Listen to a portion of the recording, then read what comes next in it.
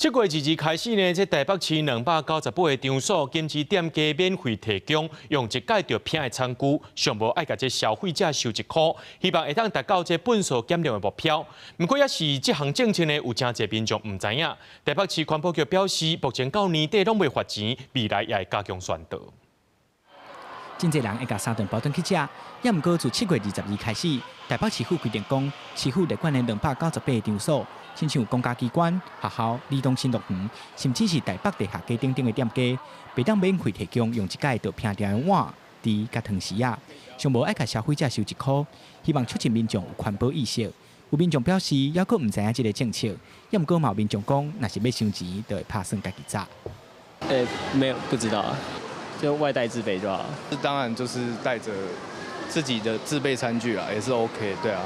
我觉得就提倡环保啦。我还是最希望他们有可以循环使用的餐具。也毋过，到店家反映，目前也是拄到毋知影这项政策的人，会误会讲是应该消费者偏。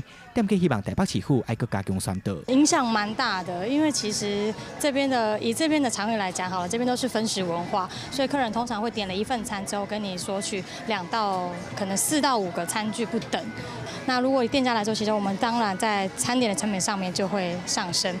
环保局表示，这个政策是照台北市净零自治条例实行的。目前有请一寡餐厅提供循环餐具，冇咧甲店家宣导。另外，也有大海报宣传。环保局预估新措施实行了后，预估台北市一年通减少2700万的一届性的餐具。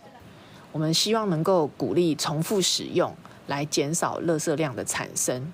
在这个政策施行一段期间之后，我们会依成效以及民众的配合情形来检讨评估是否扩大适用的场所。环保局指出，这个政策到年底之前拢未发钱，也毋过明年元旦正式实行了后，若是互人检举，就会罚3000到1万块。